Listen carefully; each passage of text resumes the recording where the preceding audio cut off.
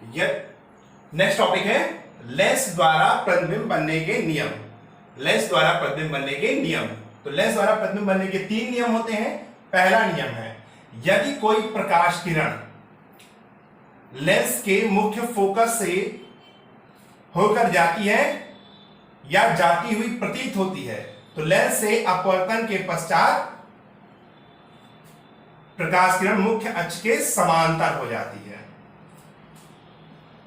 यदि कोई प्रकाश किरण लेंस के मुख्य फोकस से होकर जाती है अथवा जाती हुई प्रतीत होती है तो अपवर्तन के पश्चात वो प्रकाश किरण मुख्य अक्ष के समांतर हो जाती है। ये पहला नियम है। दूसरा नियम है, यदि कोई प्रकाश किरण मुख्य अक्ष के समांतर है तो अपवर्तन के पश्चात वो प्रकाश किरण लेंस के फोकस से होकर जाती है अथवा जाती हुई प्रतीत होती है। यदि कोई प्रकाश किरण मुख्य अक्ष के समांतर है तो लेंस से अपवर्तन के पश्चात वो प्रकाश किरण लेंस के मुख्य फोकस से होकर जाती है अथवा जाती हुई प्रतीत होती है। उत्तल लेंस के केस में उसके मुख्य फोकस से होकर जाती है और अवतल लेंस के केस में जब हम इस रेखा को पीछे की ओर बढ़ाते हैं तो मुख्य फोकस पर आती हुई प्रतीत होती है। तीसरा नियम है, यदि कोई प्रकाश किरण लेंस के प्रकाशिक केंद्र से होकर जाती है तो उसमें कोई अपवर्तन नहीं होता, वो सीधे निकल जाती है। नेक्स्ट टॉपिक है लेंस का रेखीय आवर्धन। तो रेखीय आवर्धन क्या होता है? रेखीय आवर्धन इज इक्वल टू प्रतिबिंब की ऊंचाई बटे वस्तु की ऊंचाई। मान लिया एफ फोकस दूरी का एक उत्तल लेंस है, इसके मुख्य अक्ष पर ओ आकार की एक वस्तु ए बी रखी हुई है जिसका प्रतिबिंब ए डैश बी डैश बन रहा है। मान लिया प्रतिबिंब का आकार आई तथा प्रकाशिक केंद्र से इसकी दूरी v है।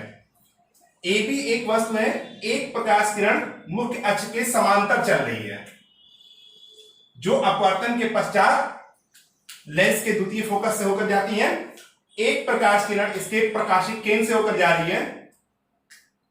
जहां पर ये दोनों प्रकाश किरणें एक दूसरे को काटती हैं वहीं पर उस बिंदु वस्तु का उस वस्तु ए बी का प्रतिबिंब बनता है। एक प्रकाश किरण मुख्य अक्ष के समांतर आ रही है, अपवर्तन के पश्चात ये लेंस के द्वितीय फोकस से होकर जा रही है। एक प्रकाश किरण इसके प्रकाशिक केंद्र से होकर जा रही है, जहां पर ये दोनों प्रकाश किरणें एक दूसरे को अपवर्तन के पश्चात काटती हैं वहीं पर वस्तु ए बी का प्रतिबिंब बनता है।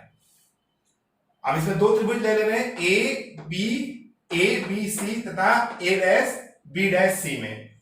ये शीर्षाभिमुख कोण ये 90 ये 90, तो तीसरा कोण भी आपस में बराबर होगा तो ये दोनों त्रिभुज सदृश त्रिभुज हो जाएंगे या समरूप त्रिभुज हो जाएंगे।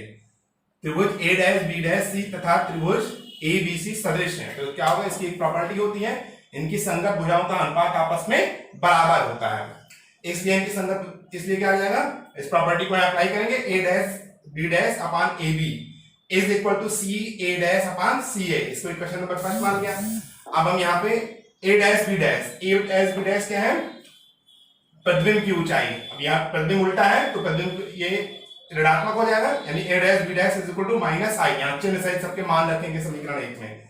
ए बी क्या है? वस्तु की का आकार, ये ऊपर की ओर है मुख्य अक्ष से, ये धनात्मक होगा तो A B is equal to plus O. C A lens से वस्तु की दूरी है तो ये हो जाएगा minus U. C A dash lens से प्रतिबिंब की दूरी है तो ये प्लस बी। अब समीकरण 1 में ये मान रख देंगे तो ये हो जाएगा minus I upon plus O is equal to plus V upon minus U. तो यहां से हो जाएगा I upon O is equal to V upon U. मान लिया एम इसका, इस लेंस का रैखिक आवर्धन m है तो m इज इक्वल टू क्या होता है? आई अपान ओ। तो यहां से क्या आ जाएगा? m is equal to I upon O is equal to V upon U. यही लेंस के रेखीय आवर्धन का सूत्र है। क्वेश्चन है नेक्स्ट, अपवर्तनांक n का एक लेंस अपवर्तनांक n डैश के द्रव में